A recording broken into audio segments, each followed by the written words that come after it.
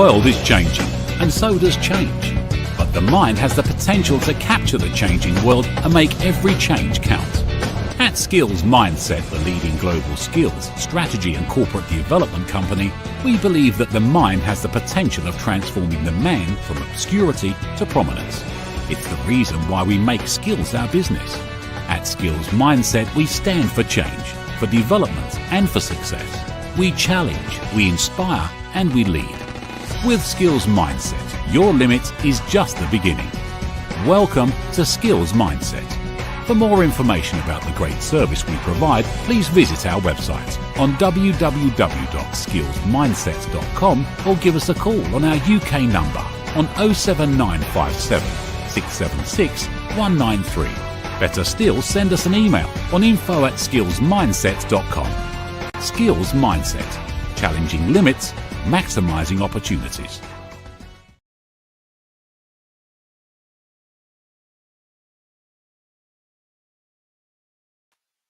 Right, good evening everyone. Good evening from the UK, people joining from the UK. Good evening to people joining from Nigeria.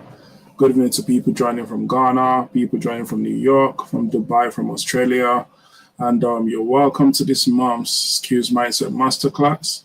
And our guest today is a returning guest and is a known person in the house as well, not necessarily a guest. And that's Mr. Antony Adesile. And I will be introducing him shortly, but tonight we will be discussing everything that has to do with change and how change matters and how you can leverage change to your own advantage. So when we look at our daily lives, we do know that change is necessary. I mean, I grew up with one favorite quote that most people probably know about, and it says, change is the only thing that's constant in life. It would always happen. And there are so many areas of our lives as human beings where change is required. You know, in our careers, we need change. Many people are looking at career changes recently.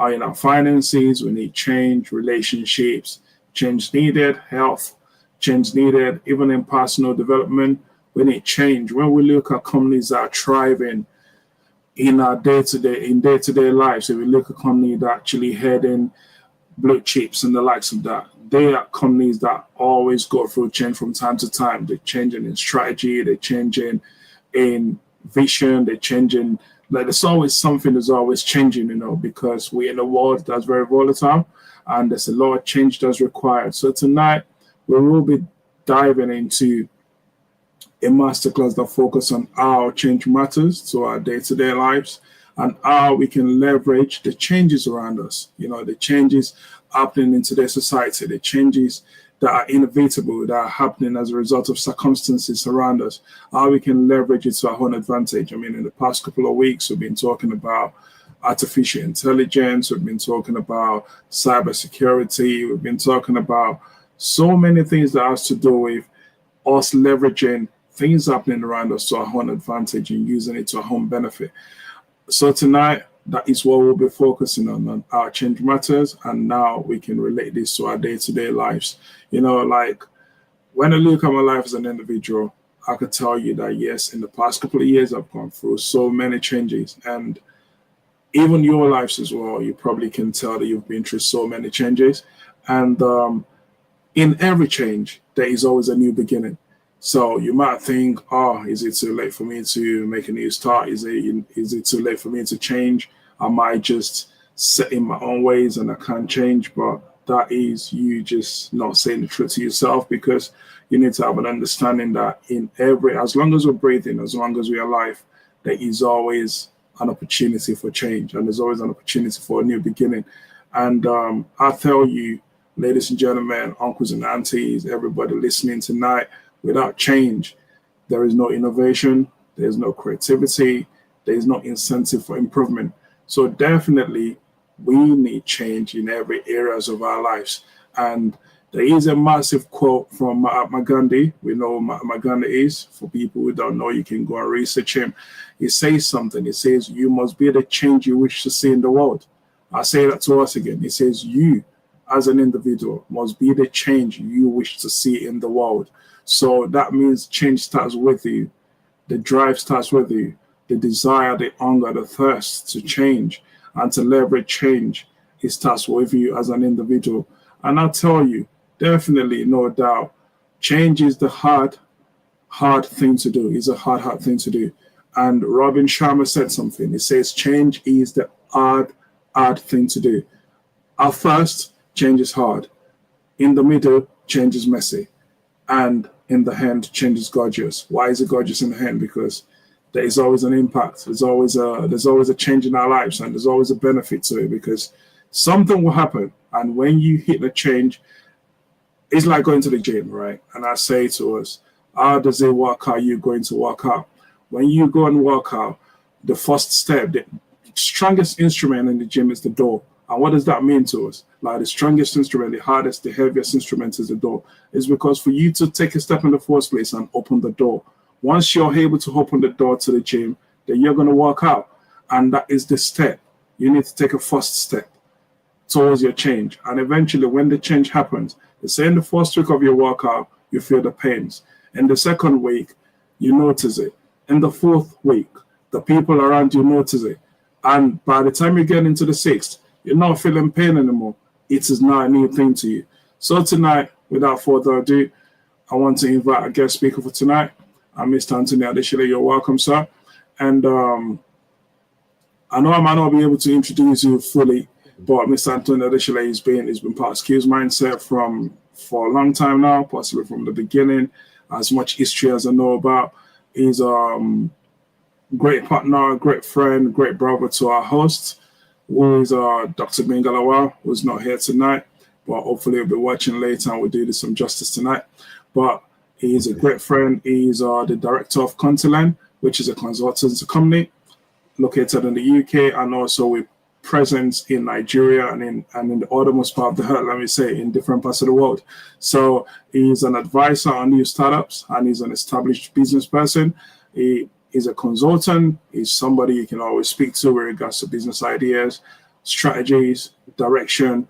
He's someone for you to actually meet because he's full of knowledge, he's an embodiment of wisdom, and he's been there, done that, has the whole experience site-wide. So tonight, without further ado, I invite to the podium Mr. Antony Adesile. Good evening, sir. How are you today, sir? Very well. Thank you very much, Ayo, for that introduction. I mean, you've more or less defined what change is all about. And I believe that, when we begin to examine more about change, we'll realize that, we have the opportunity to always translate change to the outcome that we foresee for ourselves. It's possible. And the purpose of this masterclass is to look at how we can shift from being victims of change to becoming masters of change. I believe that should be something that will be, willing to examine. Thank you.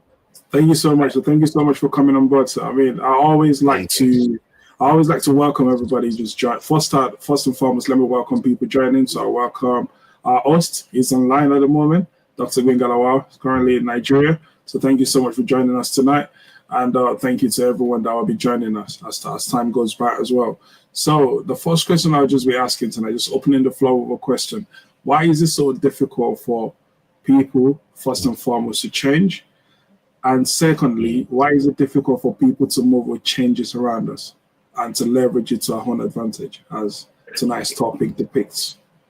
Right. I mean, as you and I know, change is a disruption. It interrupts the normal process of things. And, people, as it were, are oftentimes used to the way they do things. And when there is an interruption to that process, there is bound to be resistance. That's why it's difficult, for people to change. And of course, when you were talking about change the other time, you talk about the process where you need to get to the door of the gym first before you can then begin to do the exercise. Now, the challenge for many is that transition. from where the interruption starts to being able to craft out a plan and then see the plan through. So change, of course, is always an interruption. And as human beings, we tend to resist change. But the purpose of this masterclass is for us to now begin to look at how change wouldn't be an interruption into an interruption that would disrupt us, but an interruption that will excite us into an outcome that we desire. And also, I must say, because we're talking about how one can become a change master. And in order for us to become a change master, we need to be able to see the future and plan the future, so that whether change comes to interrupt the process, we are ready, to see that change as opportunity. And also, secondly, we also have the opportunity to define the change we want. And we see that, in the world now, there has been a lot of development, and it's people that are actually defining change. Obviously, change is all about people. And we have the privilege to be able to determine how we can make a difference in the area of changing norms and so on and so forth. Yes. Wow. Thank you so much for answering that question, sir. I mean, before you start your presentation, absolutely, you're right. And that was the reason why I gave the analogy about a gym, because most people, the first struggle is you getting up in the first place from your place of comfort. I'll put it as a place of comfort, where you're comfortable, the place you've been for a long time that works for you. So it's pretty much leaving that position, then going to the next step, which would then kick off your change. So sometimes it's not always the easy step, just transitioning from one position to another. And it's so important to our day-to-day lives to embrace change. I mean, one of the things I myself never really embraced is is the use of artificial intelligence. And because I always like to use my brain, I always like to task myself. And I always love, when I'm developing websites, I always like to just do the codes and not just use templates and the likes of that. But I mean, a lot has changed over time. And I tell you, as much as a website that could usually take about 2 or 3 weeks or even a month to build, if it's not e-commerce, if it's just a normal interactive website, now it could be built in minutes by artificial intelligence. And someone said something in the past couple of weeks and said, okay, you don't like AI, which is beautiful, but AI would take your job. Not necessarily would AI take your job, but the people who embrace using AI, they are the ones that will take the job. So literally, you need to have an understanding that you need to embrace change for you to move on to the next level. And there's that.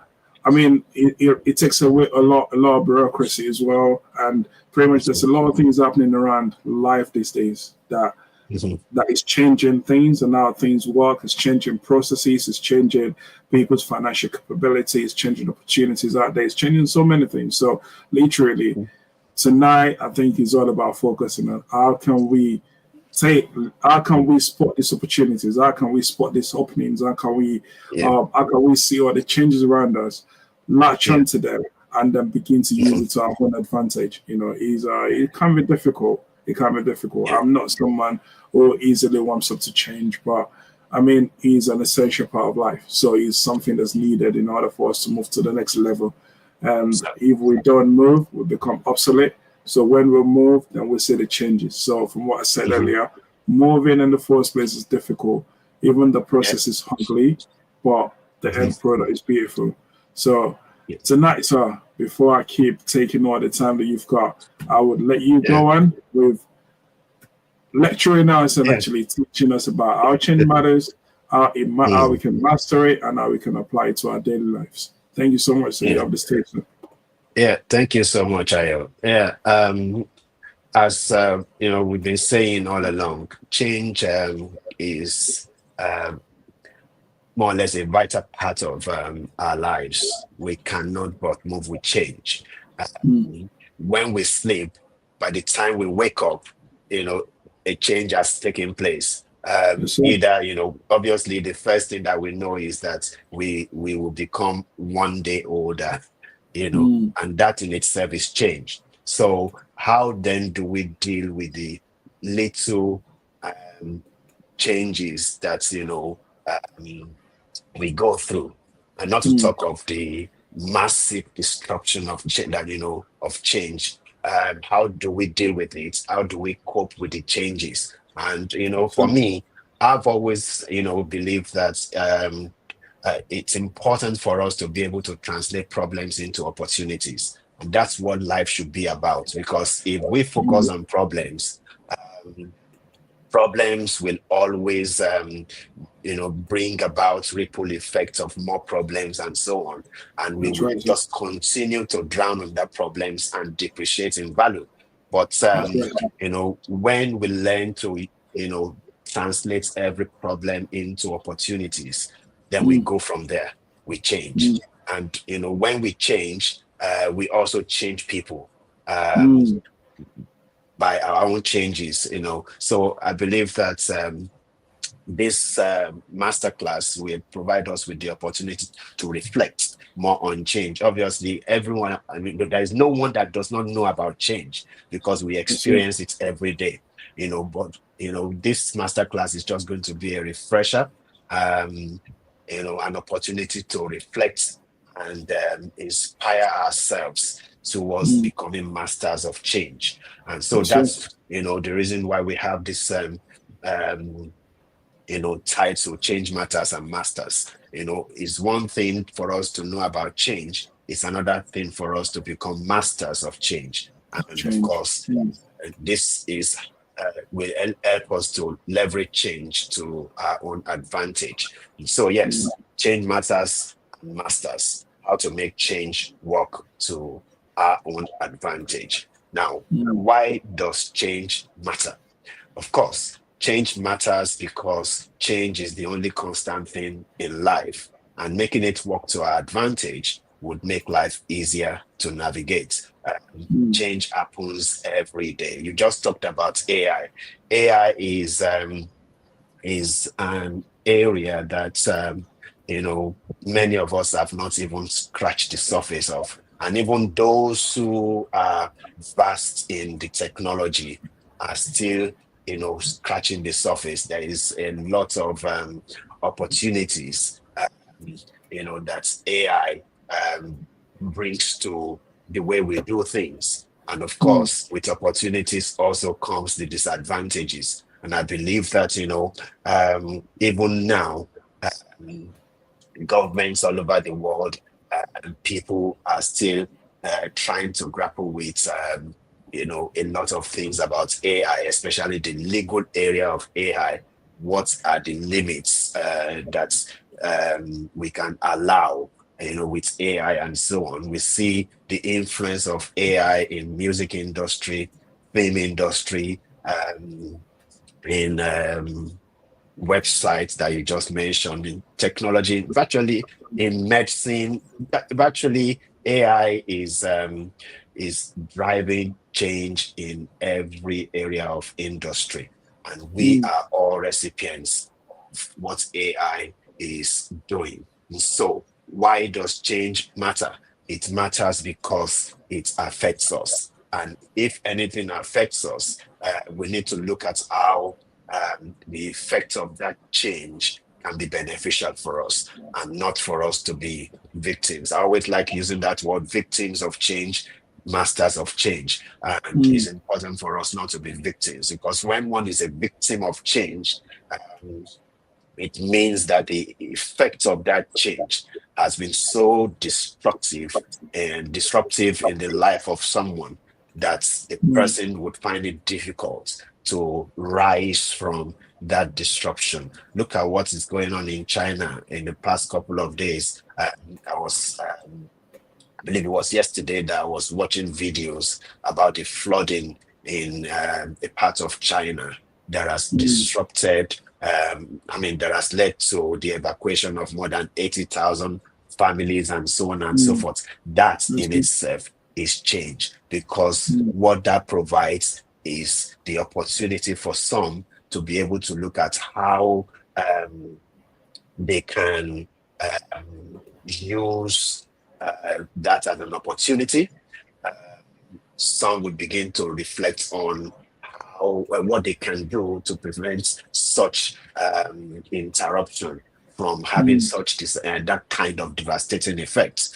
So change is everywhere, and I believe that we have the opportunity to be able to determine what we want from the change. So whenever change happens, it interrupts existing process or norm. We've already looked into that. It always interrupts the norm. And when it interrupts the norm,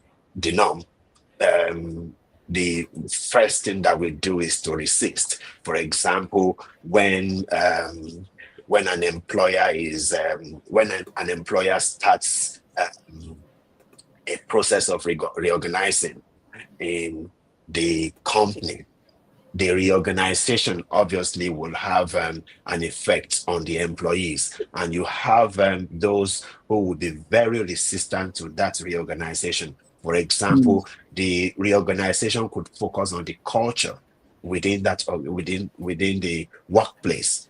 And when people are so much used to a particular type of culture, it's difficult for them to change. And as it were, they always say culture is the most difficult thing to change. Just as tradition is difficult to change, mindset is difficult to change. So when change happens, when it interrupts existing process or not, and we question the motives. Even if the motive for the change is to our advantage, we still question it, we resist it, because more often than not, we tend to look at the present and not the future. So change also, the effect of change can be disruptive, destructive, and devastating, like what we've just talked about in China. What's going on, the wars in Ukraine, between Russia and Ukraine, the war in the Middle East, and so on and so forth. That also is an example of change that's, is something that is having a massive effect on the lives of people. And as it were, they say that when two elephants fight, is the ground that suffers. And of course, so what that really means is the innocence that victims of power plays. But it's all about change also. Also, change can be welcoming, effective, and positive. For example, you have newlywed couple welcoming a child. That is change. The change disrupts the norm in that new household. The husband and wife recognizes that it's not just them anymore. A new member has been added into the family, and that little baby, is going to have a huge influence on how the couple, will go about things. The child will disrupt the process. The child will disrupt the time. The child will disrupt virtually everything about the newlywed, and they have to now begin to work around that. That's change. And of course, for the couple, it's welcoming, it's affective, it's positive, but also within that parameters is also impacting on a lot of things. Some things that they've been used to, they would have to give up, and that is change. So it can also give me a moment. This slide, I'm trying to Trying to move it forward. Yeah, I've seen it now. Yeah. Okay, So it can also be mild and mm, seemingly unnoticeable to many. You know, we're talking about little changes, little changes that um, seem invisible, um, but all that we know is that it's happening. yes, sir. For example, there used to be a time when we were um, when we were young. There used to be a time when we were at schools, universities, and so on. We had our friends, we had the way we do things. And Yes, sir. now we see ourselves growing old. It's subtle. You wake up one day, the next day, I mean, you sleep, the next day you find that you have a wrinkle somewhere, you have a gray hair somewhere, and so on Yes, and sir. so forth. It's mild, seemingly unnoticeable, but it's happening. That's its Mm, change. So that's right. change really does matter. It affects us. It impacts on on our well-being. It impacts on our thinking and everything.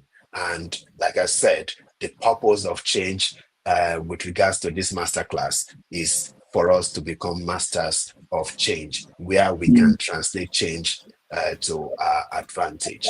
Right. So, Darrell Corner, in reflecting on change, he says change is not an event, it is a process triggered by an event. So, obviously, when we talk about change, change does not happen ex nihilo. Change mm, occurs when there is an event, something triggers disruption, something always brings about the effects of change in our lives. And, that's very important for us to recognize. We need to understand that events trigger change. And in understanding that, then we will be able to now begin to look at these events. How can we um, leverage these events to our advantage? Can we anticipate these events before they happen? And if we anticipate the event before they happen, what can we do to mm, make the event beneficial for us? And if it's not going to be beneficial, what can we do to avoid the devastating effect that the event could bring? Let me use the example of earthquakes, for example. Now, mm. it's possible for nations to anticipate or more or less to know when an earthquake is about to take place. Yes, sir. Hurricane, hurricane, for example, it's now easy to be able to determine that hurricane is going to hit into this particular city Mm, in this by this time tomorrow, for example, or in 10 hours, and so on and so forth. And mm, because um, we are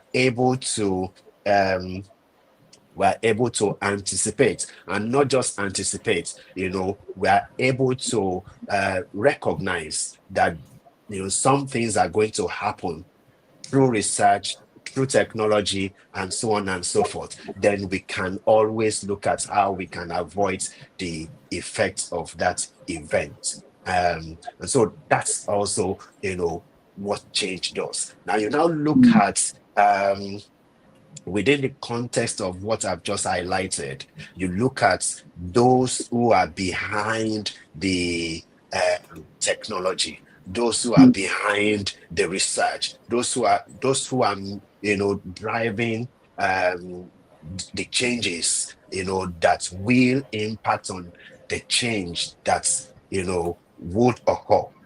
mm, These are men and women who in themselves are masters of change. It could be in the particular area of their expertise. Okay. But mm, then change in context, because it's holistic. mm, You know, we as people, as human, we are not looking only at change in the area of our expertise. For example, in the career, for example, we are looking at how change affects our well-being, how change, we're looking at the holistic aspect of change and how we can have influences in those areas. So change is not an event, it is a process triggered by an event. All right, let's just quickly look at forces influencing change. I'm looking at just the external forces. From some of the things we've highlighted, we could see internal forces that affect our daily lives, for example. But when we talk about these external forces using pestel, that's some of us are familiar with. These are forces that we oftentimes do not have control over. These are forces that are more or less brought into our doorstep, and we have to adapt. In the UK, for example, when congestion charge started, it was just it started with the discussion and everything, the impact of emissions and climate change and everything. But before we know it, congestion charge came into London, and it became part of our lives. Okay, now Yes. we do not have control over it. So whether we like it or not, it has become a change that we have to accept. And having accepted it, we now have to navigate around the congestion charge. That's those are examples of forces that impact on our lives that we have to find a way of navigating through. So we have the pestel, political being one important area, and of course we have the economic aspect of change. The effects of inflation. We just talk about AI, for example. We're looking at the impact of AI on people's careers. Some jobs are going to be impacted. So we have a lot of things going on. Obviously, AI is part of technology, but we're looking at the economic impact of AI, economic impact of supply chain, and so on and so forth. So now we have the social, which obviously drives the culture around us. We see culture changing with time. There used to be a time when, even though we talk about, trends being recycled, for example, but it's still, culture impacting on our everyday lifestyle. So, so the social aspect of change is significant. We look at the youth today. The youth today are different from the youth of yesteryears, and we also have to recognize that and adapt to the changing social landscape. Then we have the technology. Technology is the fastest change we are having today. It's driving everything. Technology drives the change in aviation, drives the change in computing, in medicine. Technology is having huge impact on the way we do things. In the medical profession, for example, there used to be a time when doctors who who perform surgeries, we do it 100%. But now with technology, we have situations where all that the doctor will do is to use technology to perform the surgery. So a lot of things going on. changes going on. Of course, in the midst of all this, we have those who will still resist, the changes. But there are changes that we cannot control. They just happen, and we have to navigate around them. Environment. The environment also is changing. We have legislation changing things. When we also talk about environment, you look at London, for example, just as we have people, an exodus of people leaving London, for example, we also have an exodus of people going into London. And because of the increasing number of people coming into London, we see that changes had to be made. There used to be a time when changes were made with regards to how buildings were constructed at the time. There shouldn't be skyscrapers, for example. We need houses, not tall structures and so on. But because of the exodus of people into London, we see all of that being put aside. And obviously, we now have skyscrapers. We have buildings in places where there weren't buildings before. And then, of course, the people. So environment is an important area that drives change. And then, of course, the legal aspects of change. We're not going to spend much time here, but we're just looking at this in the context of how forces affect how we view change, how change happens. But like I said, what's important is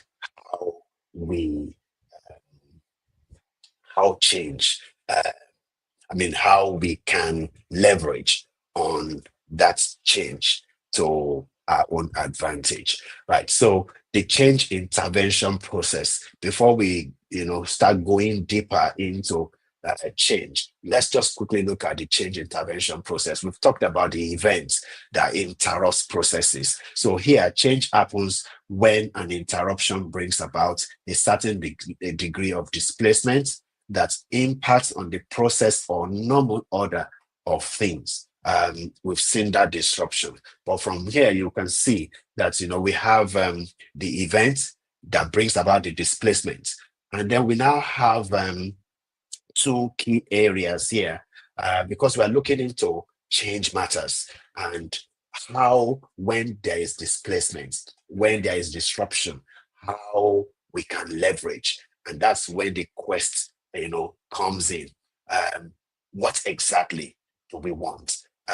We're not focused on the problem, more or less. We're not drowning in the problem. This change has occurred, and I'm just going to allow the change to change me. So if we allow change to change us, it means that we do not have control. It means that we are not in a position to determine how we want things, and what we would really want. So that's where the quest comes in. So when change happens, what should be the solution? How can this change be an opportunity? How can this displacement be an opportunity? And what you are seeing here is that, of course, the displacement is the change, but we are focusing on how we can change things, more or less, how we can change the change. Okay, so when change happens, how can you change it? Change masters will be looking into how they can make changes that will have positive impact on them going forward. And that's solution thinking. So instead of problem thinking, we are looking into solution thinking. And so, of course, when we begin to, that's why we have this translating displacement into opportunity for positive change. When a change happens, when the displacement takes place, how do we change that? What can we change? What can we change, that will be beneficial for us? While some are being victims of that change, how can we come out as victors of the change? And how can we also influence others to benefit from the change that brought about the displacement? So the change intervention process is important because it's a shift in mindset.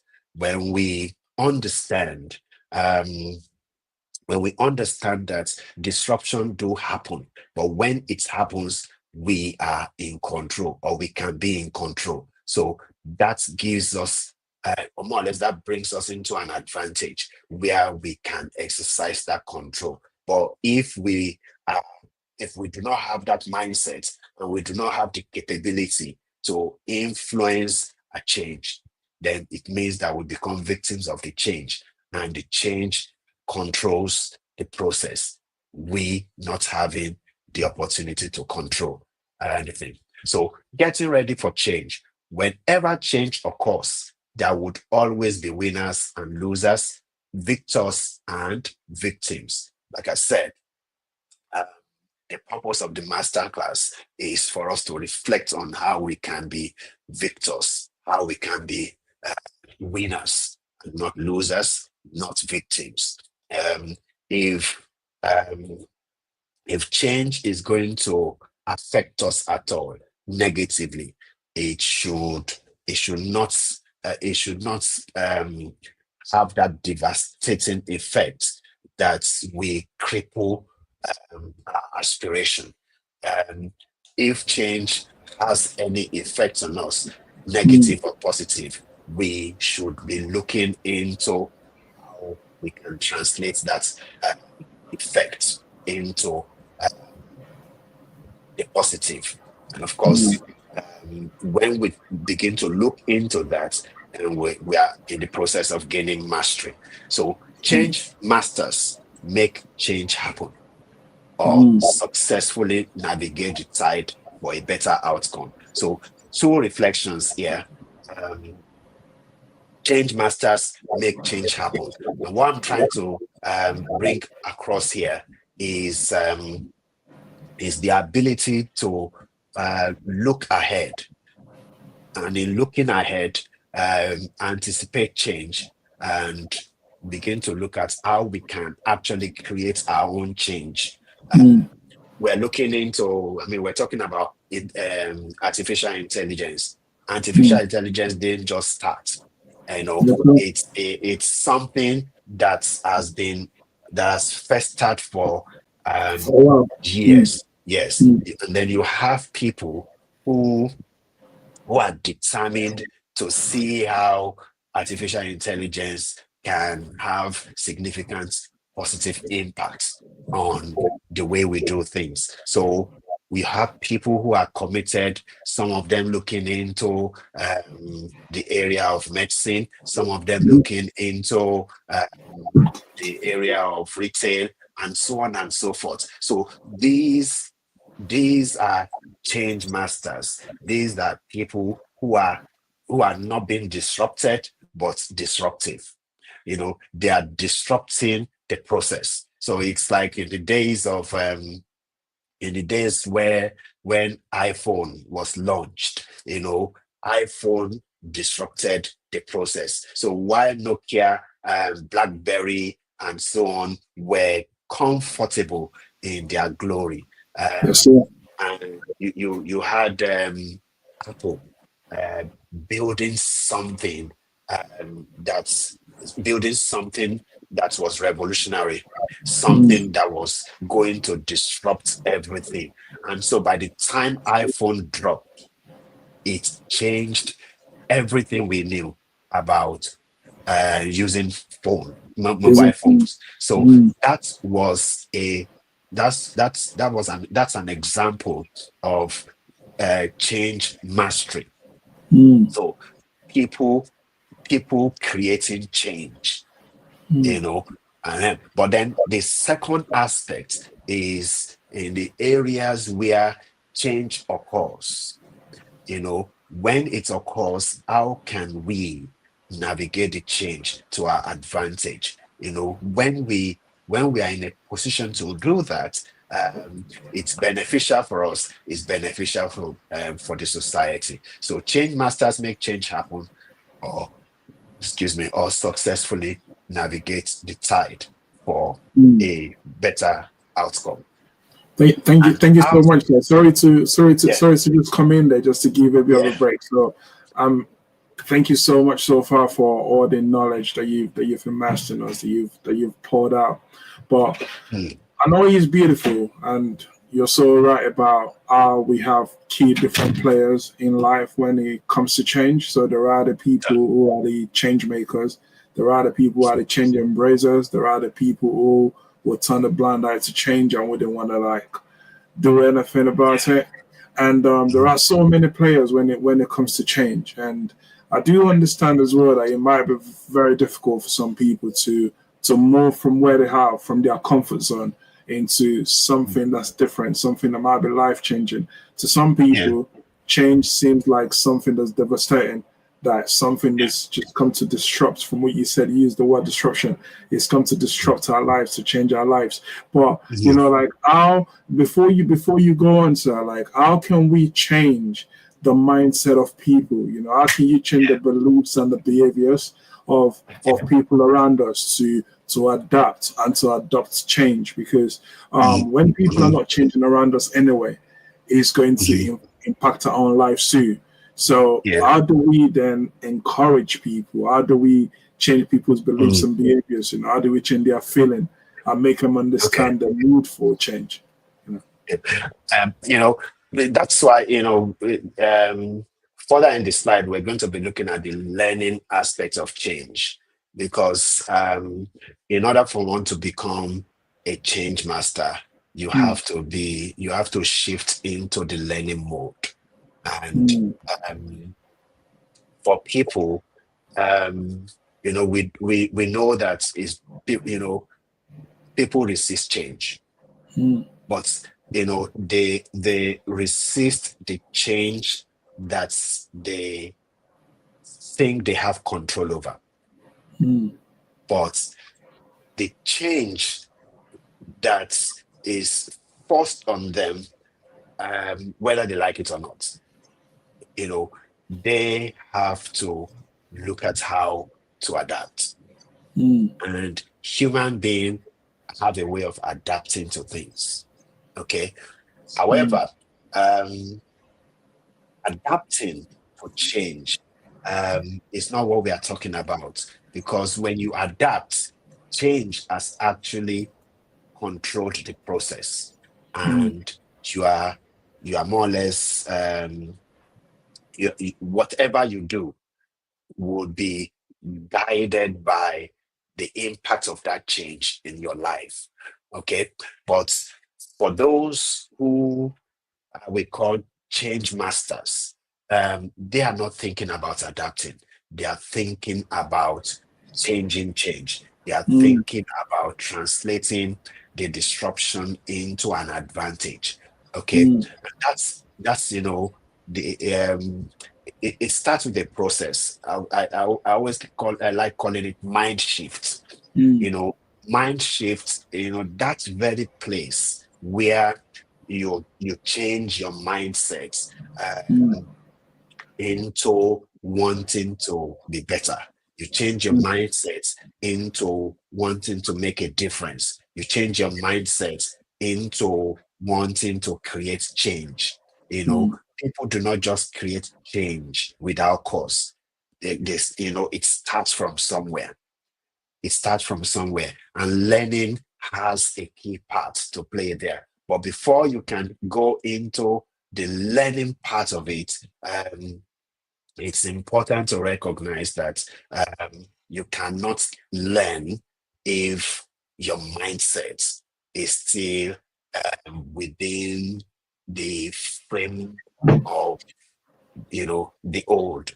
You've got to be able to shift, into the learning mode. There used to be a time when we talk about training, but now um, we're talking about learning, because training training has a limiting effect on how people learn, how Happy people to learn. gain, knowledge. But when we talk about learning, it goes beyond the training. It captures the whole essence of the individual. How what do I want to accomplish? How do I accomplish it? What do I need? So training is not just about this is how you do things.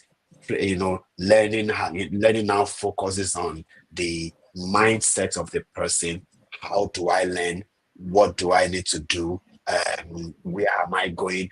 Lots of questioning. So yes, people do resist change, and but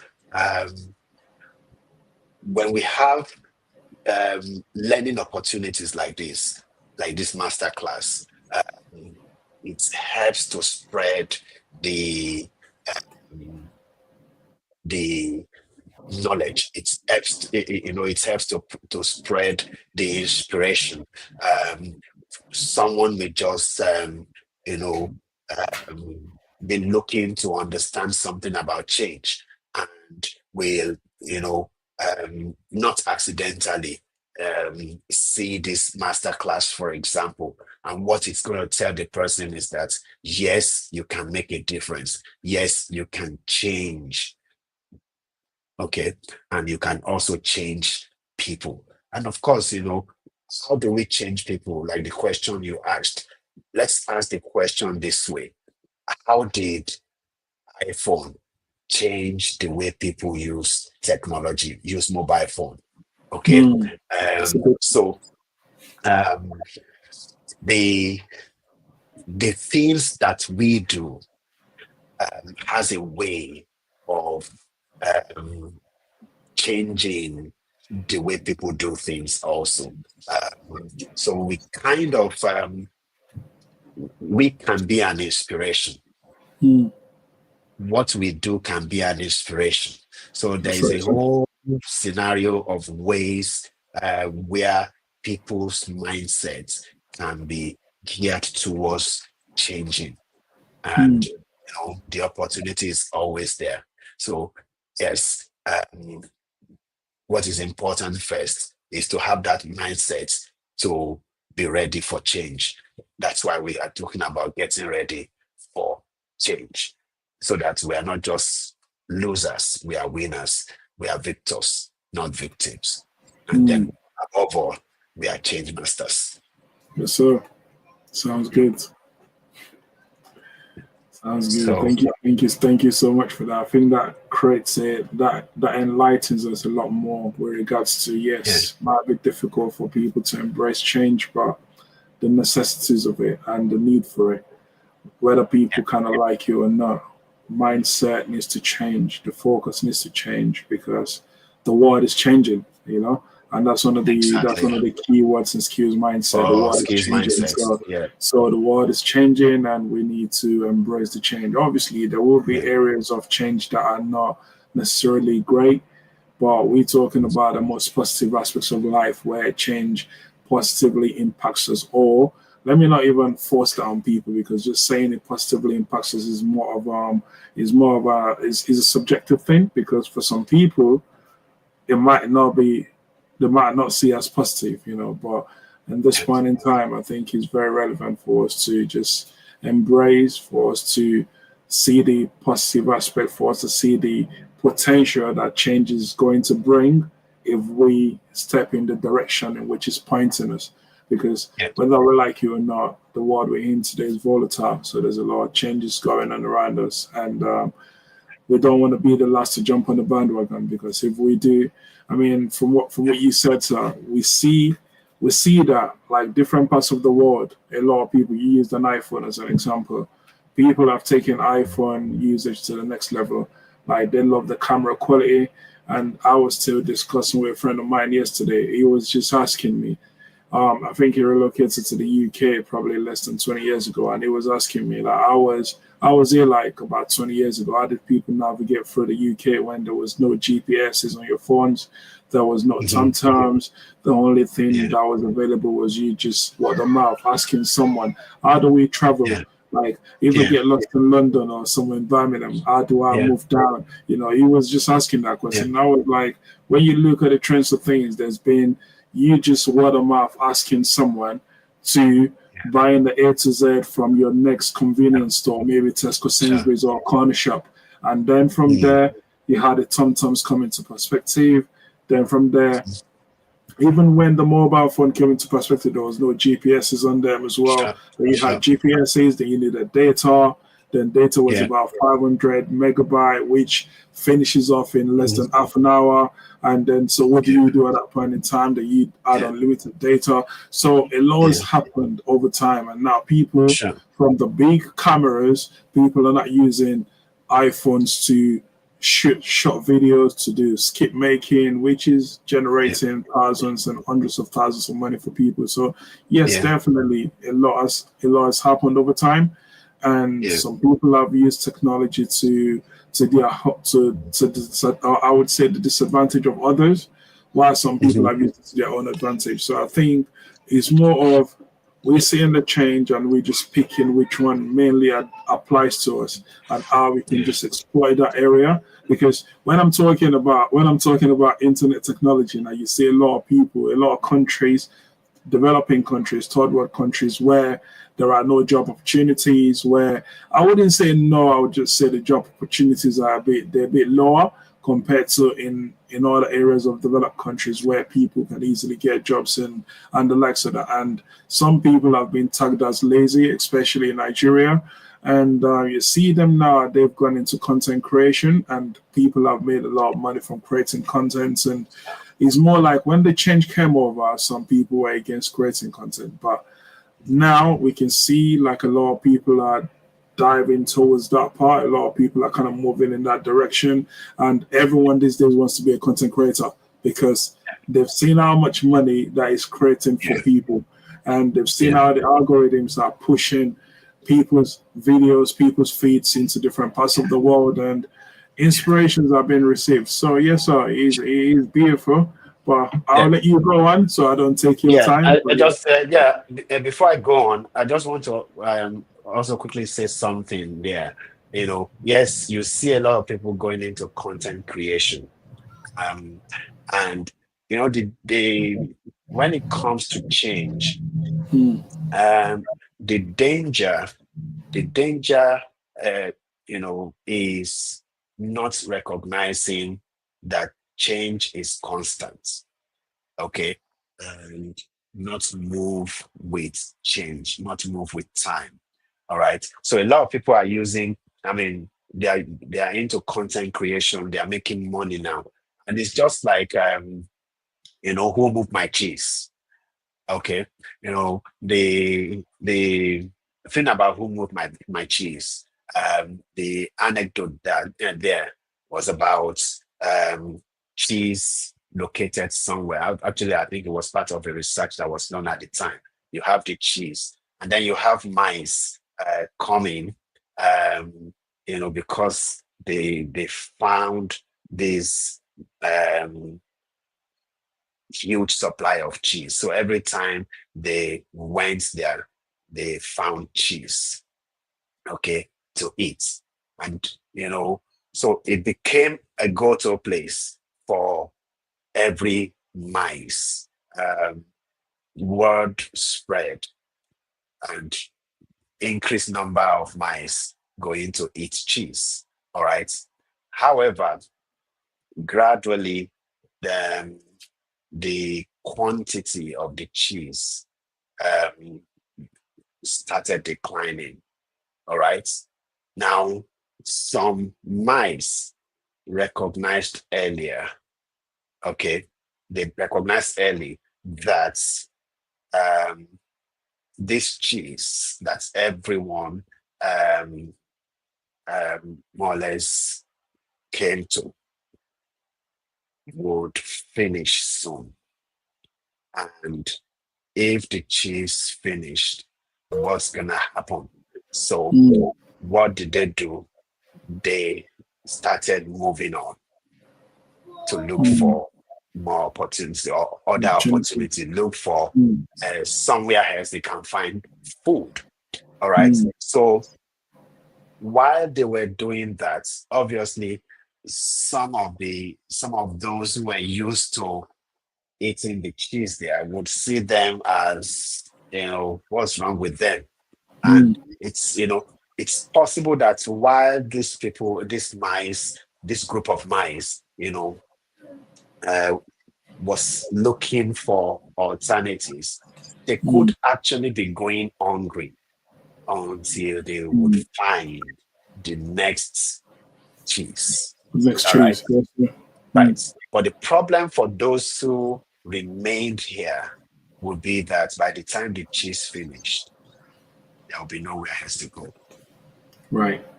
The cheese had dried up, no more opportunity there. But some had moved on to greater opportunities. That's the same thing about, what it really means is the human psychology of people.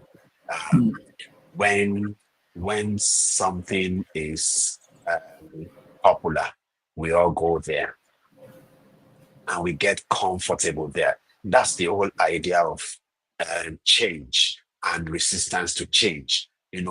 We are more comfortable with the norm.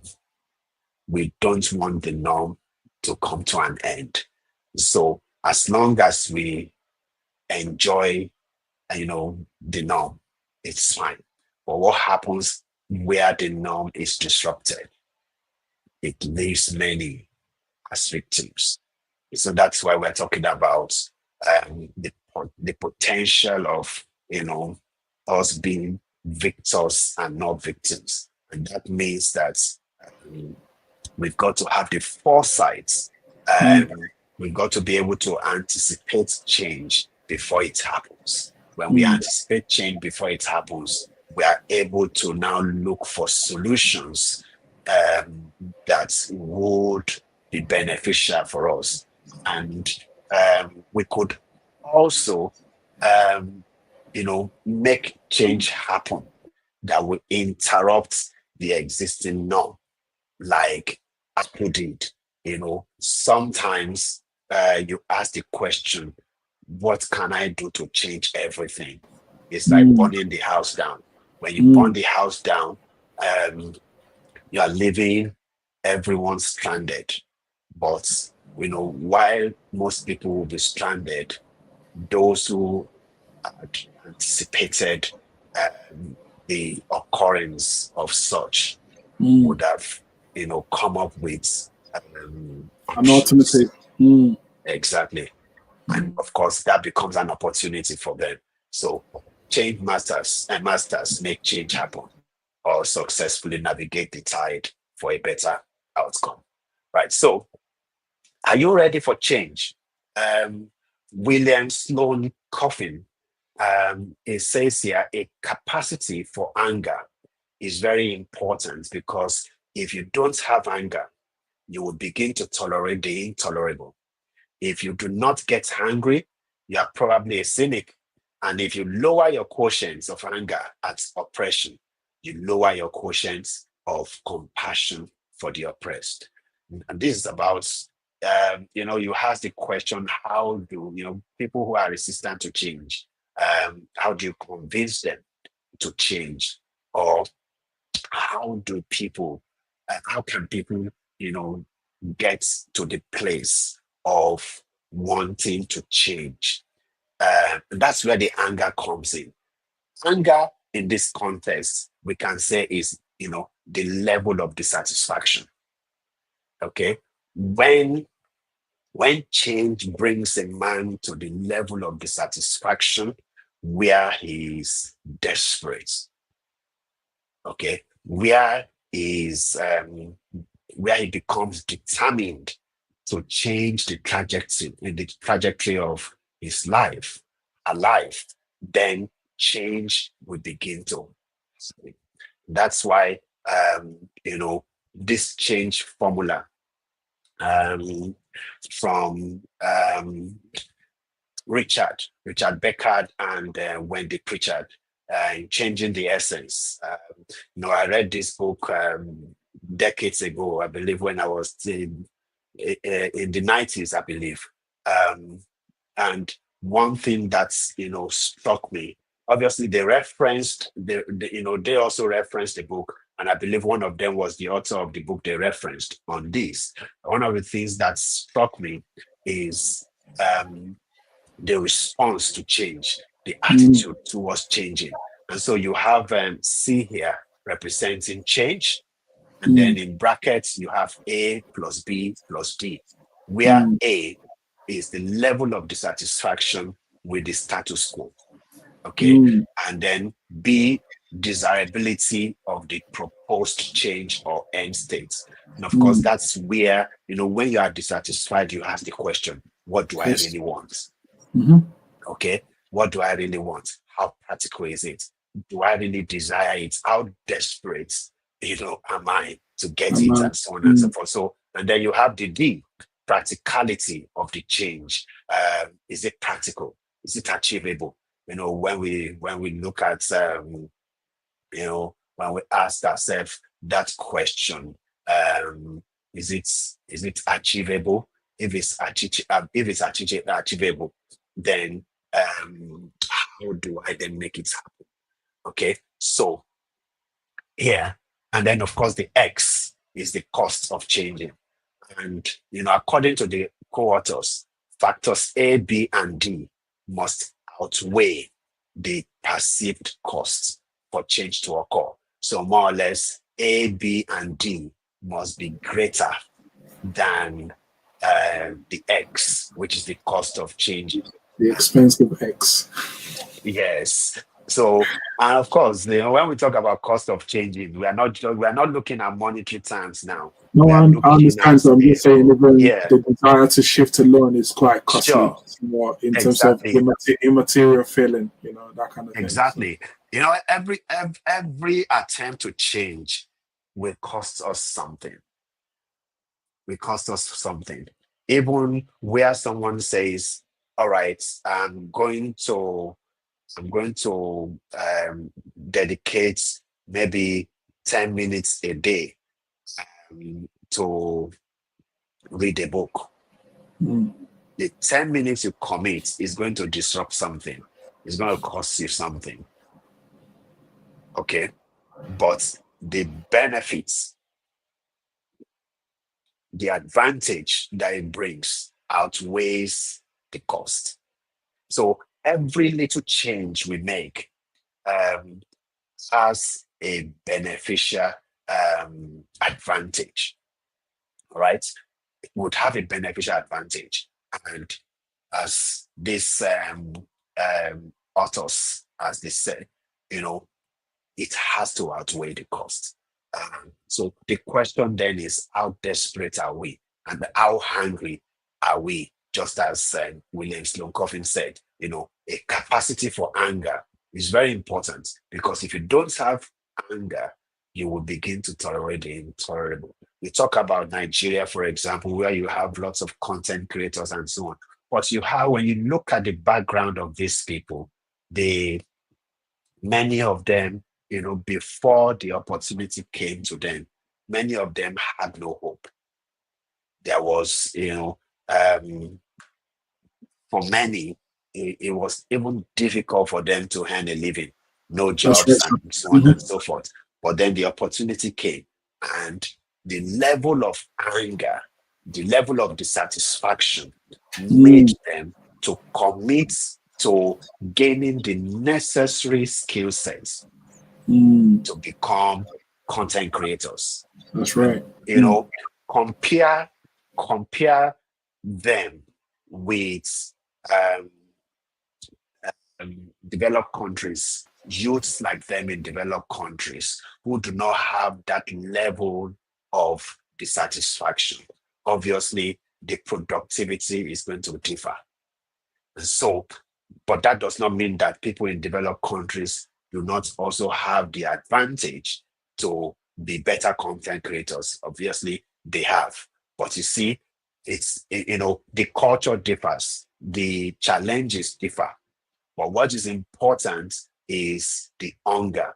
What is important is the level of dissatisfaction, there. So a capacity for anger, for dissatisfaction is very important. So yes, the change formula is important. Everyone needs to have that level of dissatisfaction to be able to take a step. As they say, a journey of 1,000 miles starts with the first step. If the first step is not taken, it means that the journey has not even started. We can talk about the change, we can talk about what we want to do. If the first step is not taken, it will remain a mere dream. Right? So if the first step is not taken, there remains a dream. Nice statement. it's, Nice statement. it's Yes, a sir. dream. Yes. Thank you for that And then insight. of course that takes us to the change push. And what do I mean by the change push? So I said the change push is the human response to making change happens within intended outcome, despite contrary factors. So imagine a man wanting to walk into a conceived or desired destination, but is being pulled back by resistant forces every time he takes a step. So that's the kind of thing everyone who wants to make changes experience. You tell yourself you want to achieve this thing. Now, the more and you come up with some things that you're going to do, well, you find that in as much as you want to make those changes, in as much as you want to do those things, there are still some forces that weigh you down, some forces that seem to be pulling you away from the dream, from the aspiration. And every time the forces exert pressure on you, what do you do? So there is obviously the forces want you to give up. The forces want you to remain stuck within the disruption of change you are experiencing. The forces want you to still resign to the status quo. But the change push is the resilience that you have to insist on forging ahead. Just as you are being pulled, you are pushing yourself forward. So the change push represents the controlled and consistent drive to forge ahead against all odds, breaking down barriers, resistant forces, and making each step count. The change push. So it's all about the mind, the mindset, the ability, for us to persevere in that which we have said or which we have determined, to do. So if we say, for example, I want to start jogging every day for minimum of 1 hour. All right. So what time do I want to be jogging in the morning? Then you find that very time that you purpose to start jogging, some resistant forces will just crowd that time. Okay. Rise up against it.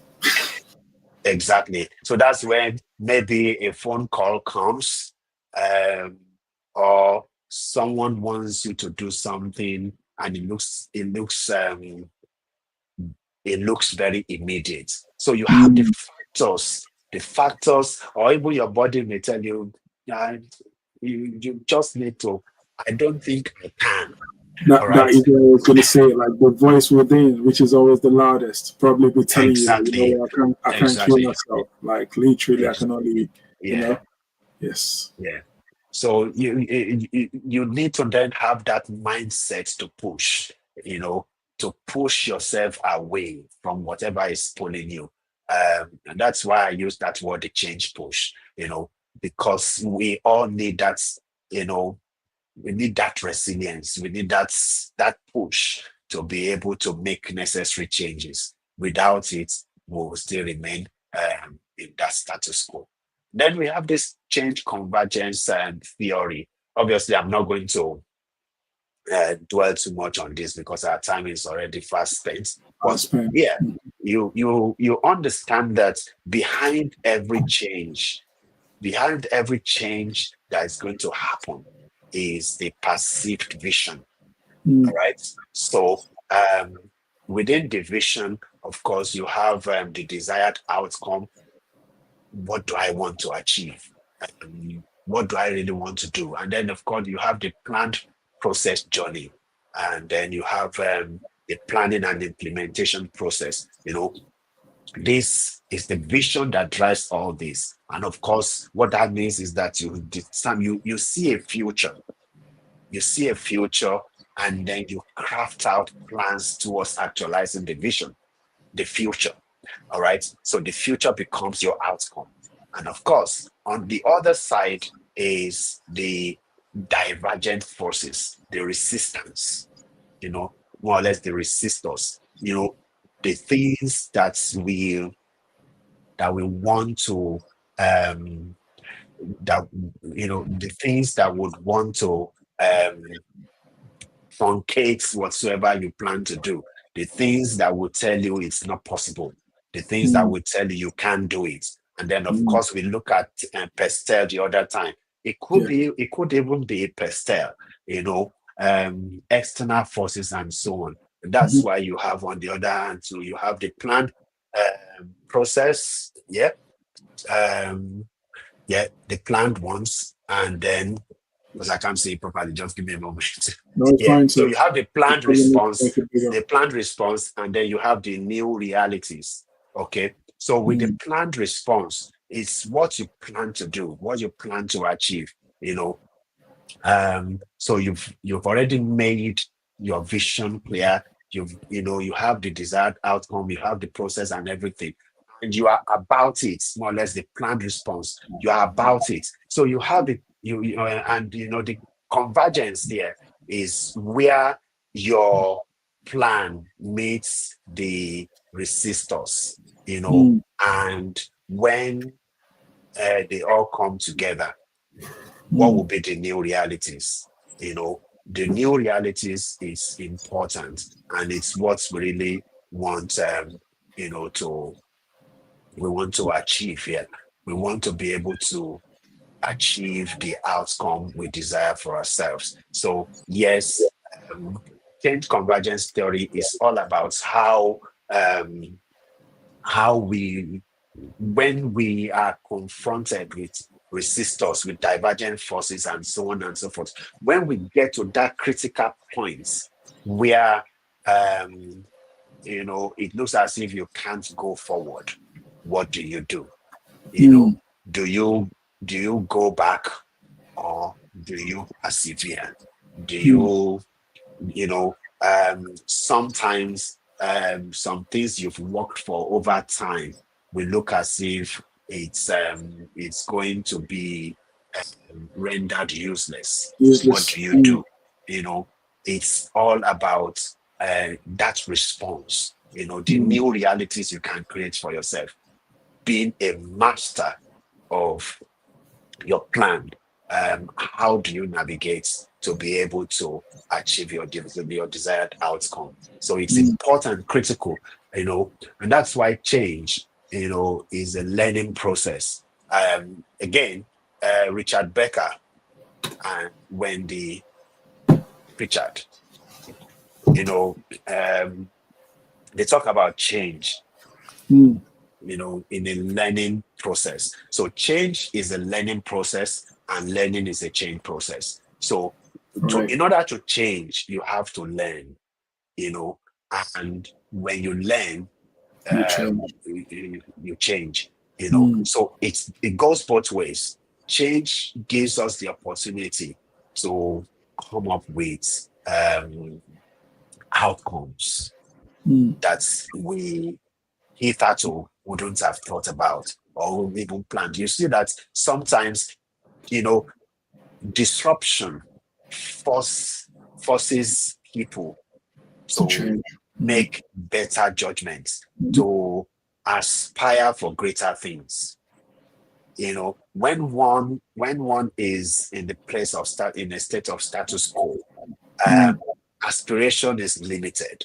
But when there is disruption, it's like the content creators we are referencing in Nigeria, for example, is the kind of catastrophic disruption to their future that compelled many to explore content creation. They see it as Mm. an opportunity. It's like a get out of jail card, you know, and so it forces them into a learning process. How do I gain knowledge on um, this thing? How do Mm. I become a YouTube creator? Mm. You know, what do I need? Some of them do not even have the luxury of um, smartphone, That's but right. one way or the other, they collaborate amongst themselves and they start doing something, and Mm. gradually, um, that learning, translates into significant change in their Mm. well-being, and then they continue. So change is a learning process, and learning is a change process. The change And of course, process. you see Mm. that, the more you learn, the more you change. And the more you change, the more you learn. So it's an ongoing process. Is intertwined in a way. Mm. Yes. And that's bring us to situational intelligence. I developed this, decades ago, situational intelligence. And what it really means is, it is the state of conscious awareness that the Mm. individual reaches, where he or she is able to make a positive shift or take positive action based on present situational factors and their relational consequence to the fulfillment of desired outcome. What that Yeah. really means is, that when it's like the change convergence Mm. that we looked at the other time. When you get to that point of awareness, where you need to make a decision whether Mm. to go forward or remain at the status quo or Yes, sir. even depreciate negatively. So when you get to that place of situational intelligence, that's why we're using the word intelligence, because Mm. intelligence is positive. You That's know, right. with situational intelligence, you come to the place of an awareness to make changes, not not the kind of awareness that makes you to remain at the status quo. So with situational intelligence, you need two key skill sets. And in order to clarify this, I came up, I got the dictionary definition for the two key skill sets. The first skill set is insight, and the second is foresight. Situational intelligence requires these two skill sets. Insight is defined as penetrating mental vision or discernment, and as an understanding of the motivational forces behind one's actions, thoughts, or behavior, self-knowledge. That's the insights. You have the level of a man's insights determines you know the um the depth of what he or she would want to, or more or less the scope of the person's area of leverage.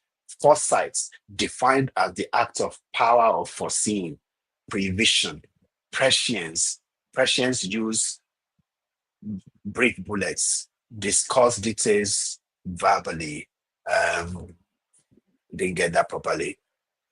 Yeah. So the foresight here is the ability for you to be able to see ahead. All right. So with insight is the knowledge that you need to navigate, the knowledge you need to define the level of scope that you can, that you can explore. Foresight helps you to be able to see the future and outcome. And remember, I always talk about this quotes that I always talk about. Everyone can see a forest fire. Skills lie in sniffing out the first smoke. Sniffing out the first smoke is what Apple did with iPhone. Sniffing out the first smoke, all right, is the insight, that, defines the scope that one wants to go to. And then the foresight, to make changes. Okay, so iPhone was a response to an insight, to revolutionize the use of mobile phone. Before iPhone, what we used to have was the mobile phone that would only be used for calls and messages. Calls and messages. You can't use camera, and every other thing that was part of the mobile phone at the time was almost useless. And then with messaging, BlackBerry came, and BlackBerry revolutionized something with regards to messaging. And so a lot of people loved BlackBerry. A lot of people loved BlackBerry at the time. But BlackBerry was like the story of that who moved my cheese. BlackBerry became too comfortable, was eating the cheese, not recognizing that, the potential for others to move on. Yes, and then the cheese could finish at any time. And Nokia, who was the grandmaster at the time, was too comfortable. So you had, iPhone was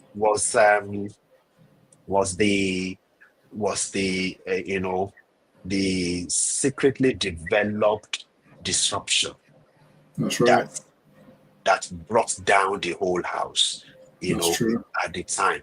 And it's everything, BlackBerry never recovered. No, they never did. Even Nokia struggled as well. The struggle is still there. Nokia didn't recover, and then sold its technology or its brand to Microsoft. And Microsoft thought it could use the technology, but no. Eventually, Microsoft folded their mobile phone,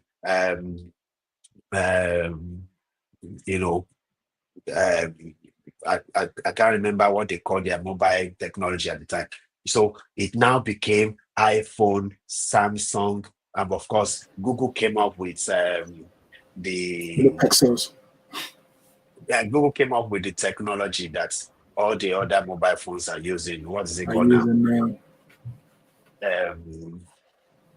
What's the software that the Android software? Android, so Google came up with Android, to counter Apple's iOS. But Apple's iOS, because Apple's iOS created the disruption, Apple had captured the majority of the market before everyone woke up. So it's that's what situational intelligence does. Situational intelligence brings one to that level of awareness where they have the insights and the foresight to make change. So that's what being a master of change is about. Now, I believe we are rounding up now. That's the last one now. Visioning change. In Yes, order sir. to become a change master, you have to be able to meet the following criteria: anticipate change, create change, which we have, which is what that situational intelligence is about.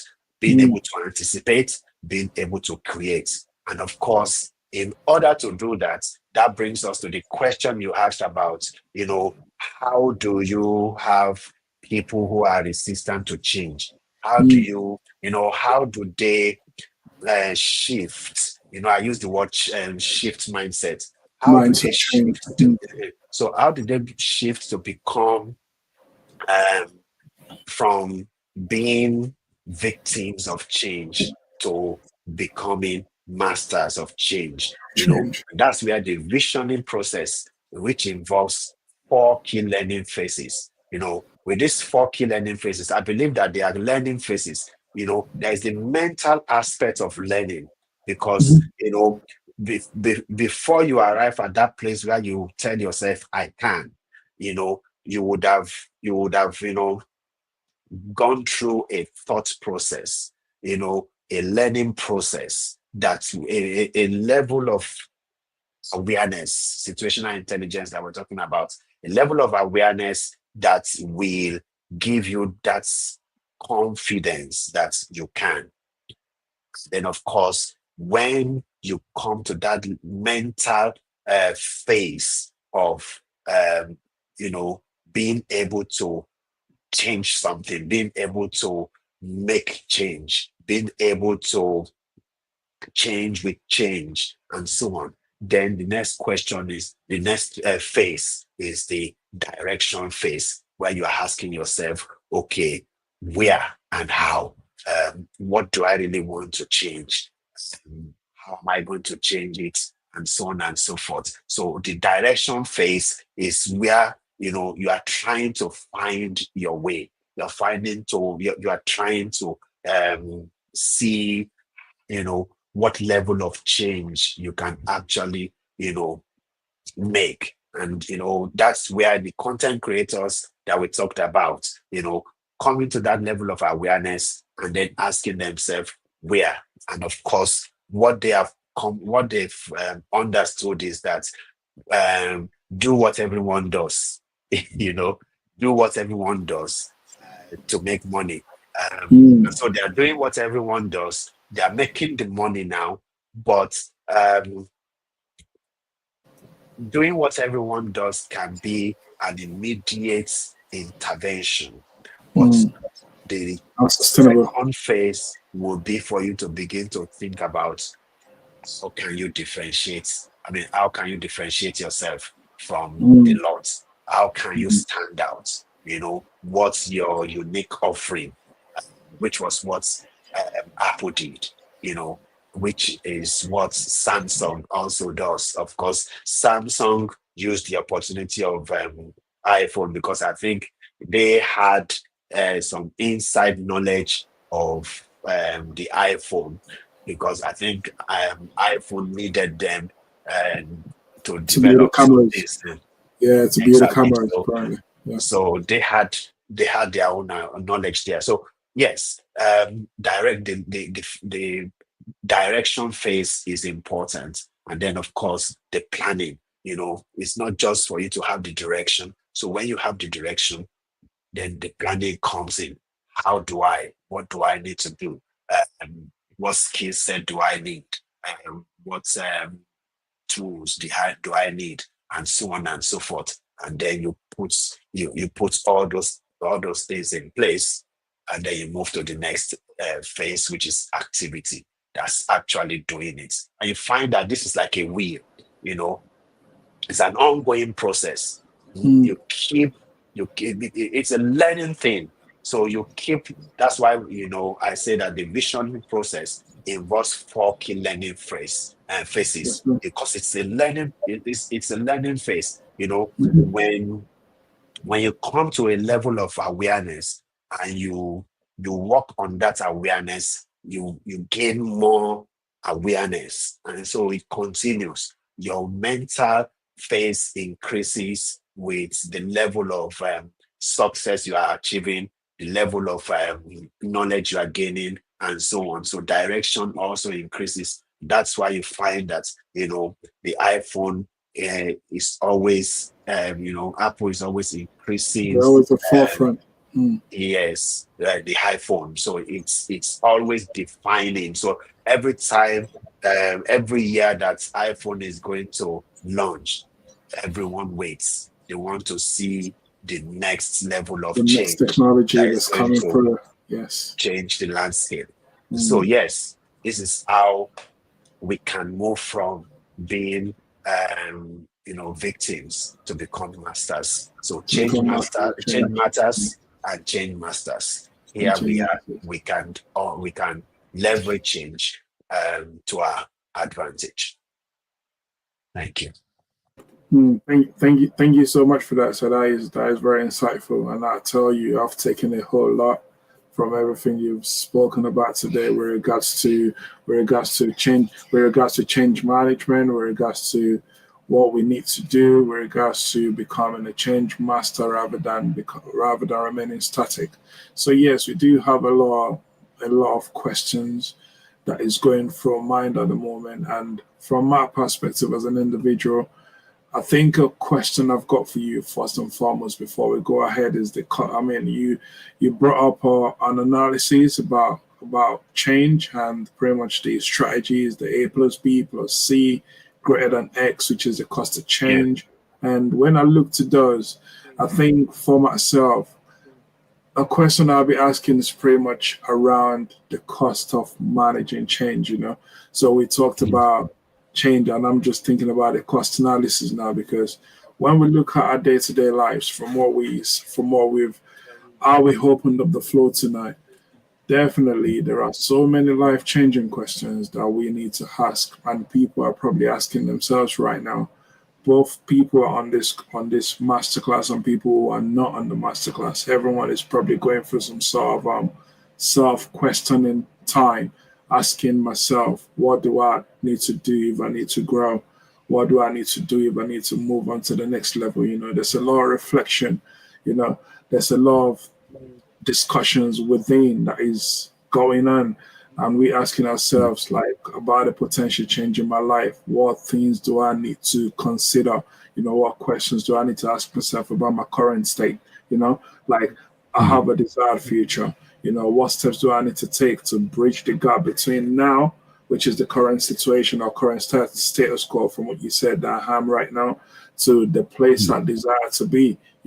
Like, there are so many aspects of life that we would like to change. There are so many beliefs, many behaviors that are holding us back that we need to let go of. There are a lot of steps that we need to take in order to move towards that direction, towards that goal. We spoke about getting into the gym earlier, and we spoke about the heaviest instrument being the door. Once you open the door, you're able to step in. And you spoke about going jogging as well. I want to dedicate 10 minutes of my life to reading a book every day, or 10 minutes or half an hour daily to go jogging. Then that would be the loudest, which is the self voice that comes from within that tries to discourage you, or there are always forces around you that makes it almost impossible. I reckon I see the situation like wanting to eat the best cakes. You want to eat the best cakes. Nobody likes to crack an egg and just drink it. Nobody likes to just scoop a spoon of butter, put it in their mouth. But we all like the finished good, which is a yummy cake that is right in front of us. But we don't want to go through the process because the process is quite long, it's quite difficult, the process is ugly, the process is probably, I would use the word intimidating sometimes, because the process can intimidate you because you're not just sure of how to move on to that next level. So why am I saying all this? There are so many things when we're thinking about the cost of change. How do we then manage the cost? How do we get rid of those things holding us back? I know you might say it's mindset, but are there other tips that you can give us that can help us to not see the I mean, I used the word X as expensive the other time because, yes, even though I wasn't really pointing towards the financial part of it, I was majorly thinking about like the emotional costs, the time costs, the every like everything that is non-material costs. That is what I was looking at. So, what tips can you give us? How can we move? How can we move forward to that proposed place we want to be in? Yeah. We talk about that situational intelligence the other time. How can we get to that level of intelligence, that level of awareness?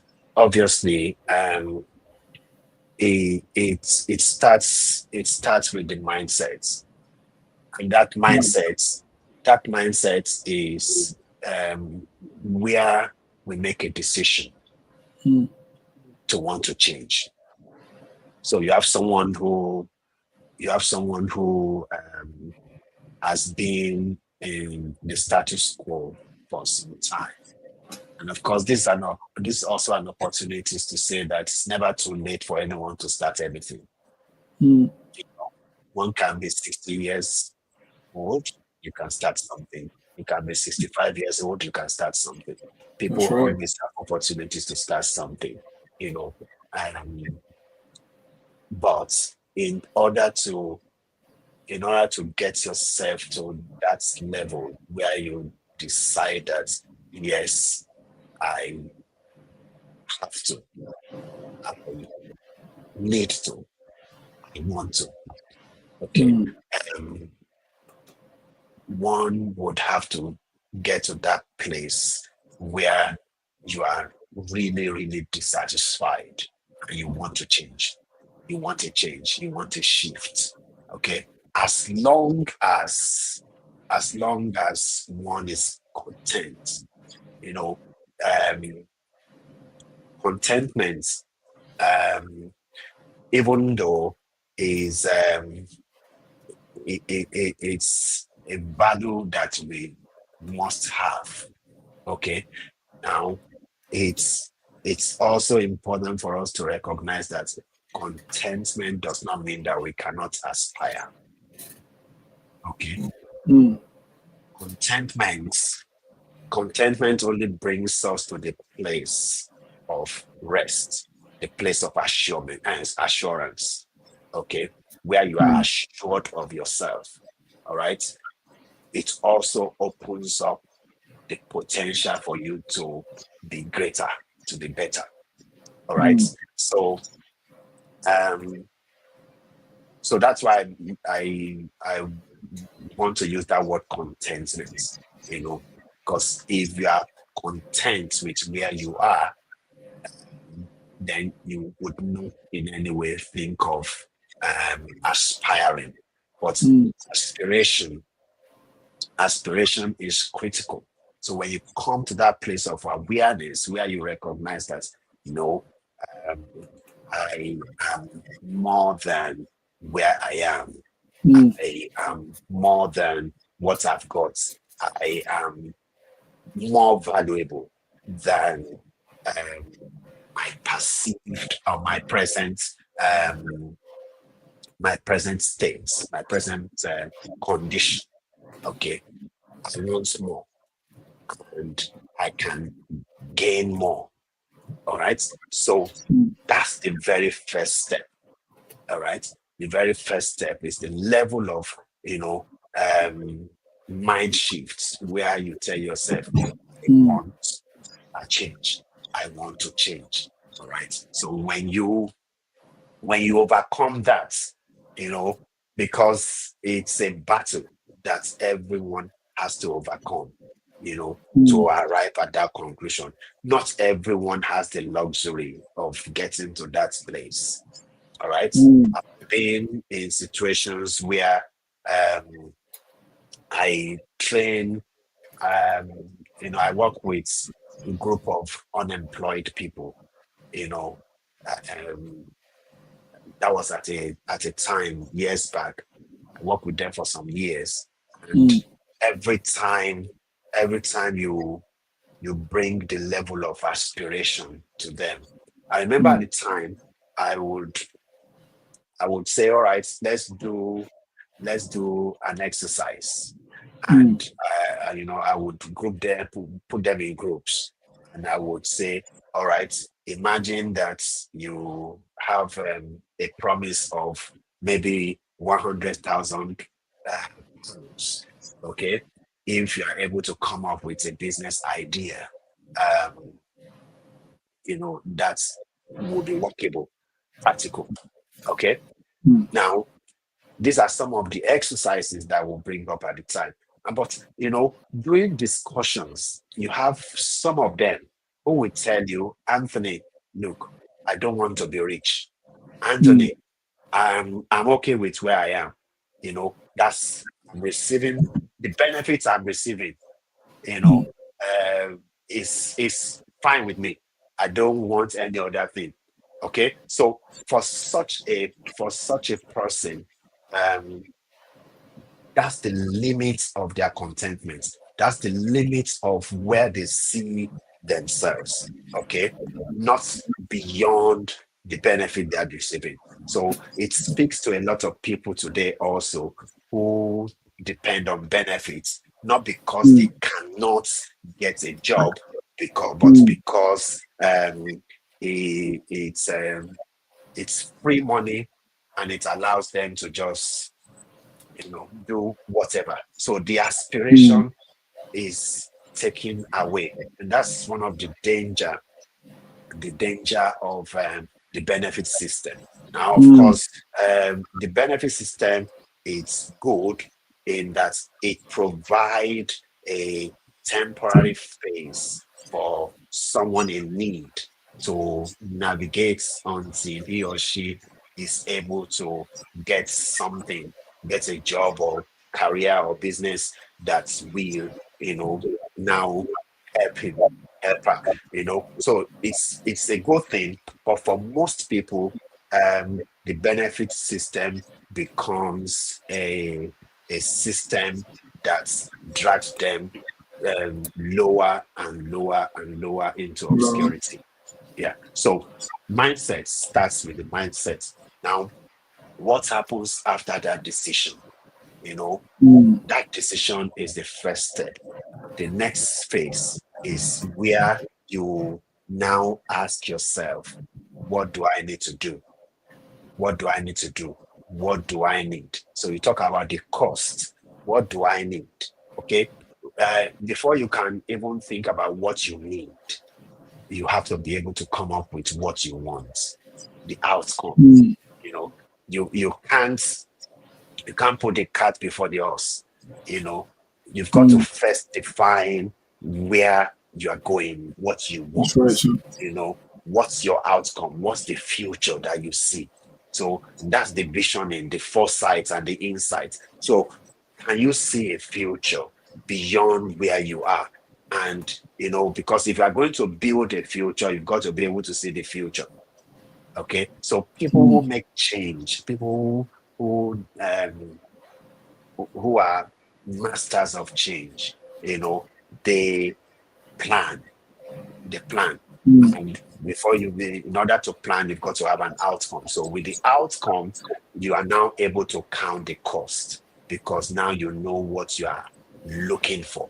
You know what you are able to look at what you have and what you don't have. And what you don't have, how do you get them? How do you get them?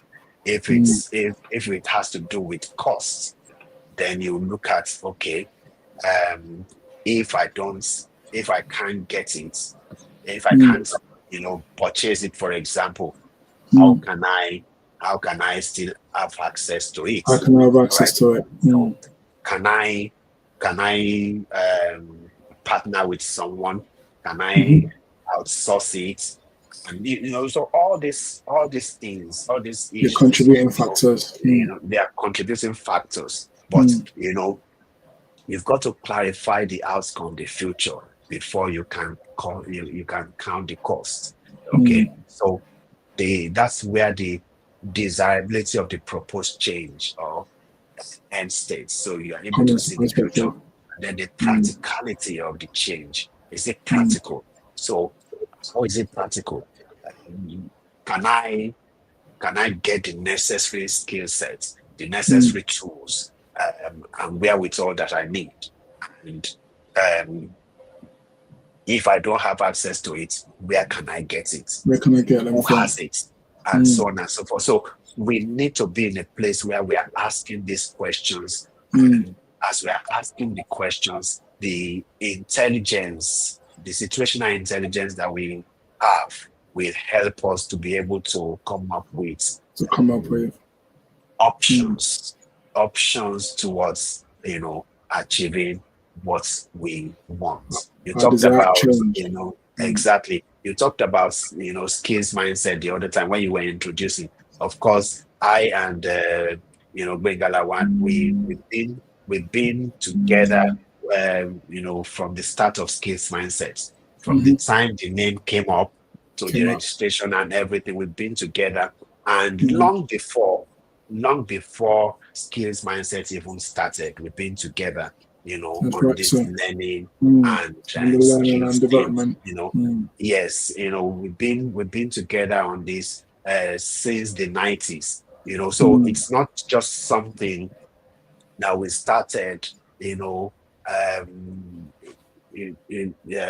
recently. Okay, so it's something that had built up. But of course, what you find is the level of partnership, the level of interactions that we've had over the years, and trust. So you find that all these factors, are necessary in the process. We're talking about trust. People you bring in or people you partner with, and so on and so forth. There has to be that level of trust. There has to be that level of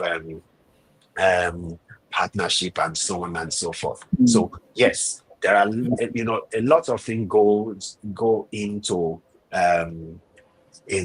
shifting from being victims of change to masters of change. They are all areas that we can plan out, we can walk around. It could be, we'll talk about the progress, the level of progress, in the process. We need to understand, or we need to appreciate the value of patience, okay, which is critical, because sometimes being hasty to do something, being hasty to bring out something could have a negative effect that will give others competitive advantage. So we are not talking about competitive advantage now. But that's another thing. Competitive advantage for another day. That's another one for another day. Yes, right. It's a subject for another day. And of course, with all these things that we're talking about, like the situational intelligence and so on and so forth, and the 4 phases I mentioned in the last chat, these are all parts of the program that we call PPDP, Personal Process Development Planning Program. So it's all part of it. Which the PPDP is an extensive program. That's cuts across change, personal development, business, and everything. So yes, that answers your question. Thank you so much, sir. That answers my question perfectly. And I think that's answered Professor's question as well about if change is not static, how do you handle change within change? And I think you've pretty much covered it extensively, sir. Thank you so much, sir. And I mean, I don't think I have any other question. I think every question has been well covered. And one thing I'm just going to leave us with tonight is there are so many scholars and so many people have spoken about change in the past life, in the past years, and you've spoken about skills mindset from the beginning, from the 90s up until now, and there's still forward progression and there's still movement forward. The vision is still there, and we're still working on a mission, working towards the vision each and every day. and as we're incorporating change as well, with the changes happening in our day-to-day lives, we are seeing advancement from the skills mindset perspective as well. And if a very, very, very great one of the greatest quotes that's ever coined by Einstein was, it says, "Learn from yesterday, live for today, hope for tomorrow, and the important thing is not to stop questioning." And the part that I love the most is about that aspect of not to stop questioning. You know, that takes me to another great scholar, which is Galileo Galilei. We probably know who he is anyway. He's an Italian astronomer, and he's a physicist and an engineer as well. And there was a time where a young kid actually engaged him in a conversation.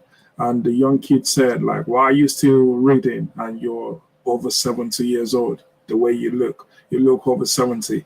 Like, why are you still studying?" And Galilei said, "I've dedicated myself to the study of physics." I mean, this is someone who has already found physics and who is famous with money, who has everything that's ever needed. So the young girl was just curious, "Why are you still dedicated to the study of physics?"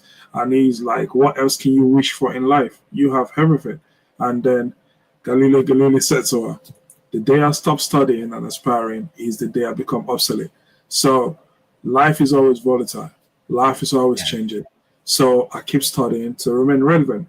So I think that's one thing that kept the little girl's spirit, and that actually kept the little girl going. And she had no other question apart from that. And that was, I think that was a life-changing moment for the girl. I mean, I wouldn't say this is just my opinion or maybe just my perspective that was life-changing for the girl, because for someone who's old, for someone who's great, for someone who's found physics, for someone who's a great Italian astronomer, who's a physicist, he's everything pretty much, that guy, and yet he was still studying. So he didn't want to become obsolete because everything around us is changing. Life's changing, circumstances are changing, careers are changing, finances are changing, emotions are changing, people are changing from day to day, even generations are changing from time to time. So it's more like us picking what is good for us and then pretty much latching onto it and finding ways of maximizing it to our own benefit. So the area of maximization is where sustainability comes in. So if you're going to maximize something, from what you said as well about the eating of cheese, like you can stay there and think, okay, I find this opportunity, I'm sitting on it, but you can't sit on it for forever, because some key players are going to come into the market and they're going to take over and they'll move forward. And then you see yourself playing catch-ups like the Nokia, like the Enterprise Blackberries and the likes of that, because they didn't have the vision that there will be change. There will be need for transformation. It would be costly. You know, there would be need for you to lift yourself and self-motivate yourself in a way and then move on to the next level, because in life, change is inevitable, and we need to keep embracing change and we need to keep moving forward. So I just want to say a very big thank you to you tonight. So thank you so much for all the insight you've shared. Thank you for all the knowledge you've embedded tonight. And I mean, I would not even say you've embedded knowledge in all of us, and pretty much like you've dispensed a lot of knowledge and we've embedded it into ourselves, I would say. And thank you so much for that. I hope we just go from today and adopting the change formula, the change strategy, have the change push and the change pull, if there's another word for the change push and the pull as well, and we begin to move in that direction that is necessary for our next level. I think in wrapping up, one of the things that you said, I actually put it there as your own quote, because you said it as part of your presentation tonight. You just said, if no step is taken in the direction of the desired destination, it remains a dream. And yes, we don't want to be in dream world for the rest of our lives. We definitely need to take steps in that direction of our desired destination. Obviously, Rome wasn't built in a day, and the journey of 1,000 years or 1,000 miles, I'm not sure about the quote goes, start with a step.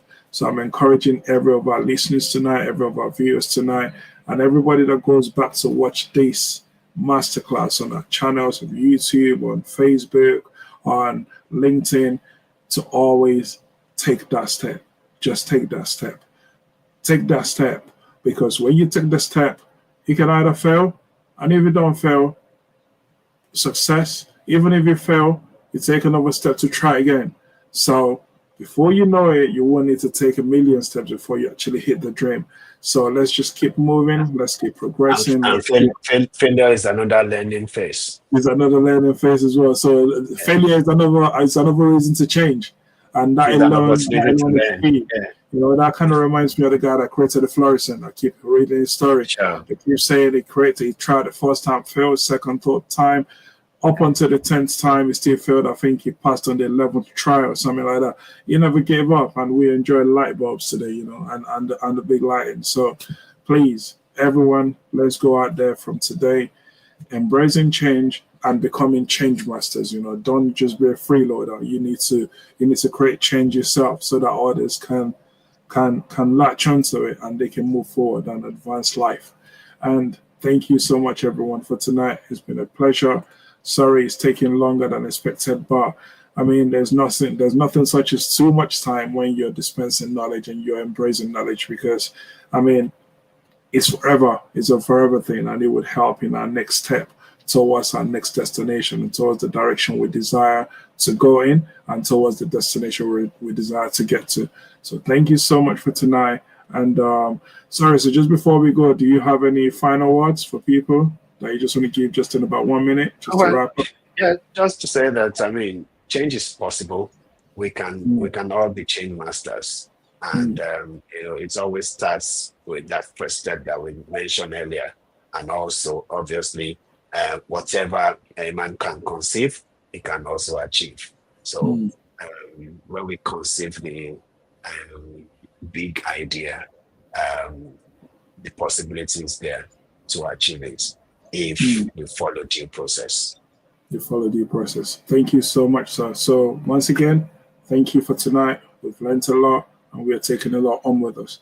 Thank you to everyone that joined in on Facebook, on Instagram, on LinkedIn. Thank you to everyone who shared. Thank you, UK. Thank you, Nigeria. Thank you, Ghana. Thank you, New York. Thank you, Dubai. Thank you, Australia. And every other part of the world where you've joined tonight, this morning. Thank you so much for joining. We appreciate you. And please subscribe to our YouTube channel, subscribe to our LinkedIn channel, subscribe to all our channels for updates and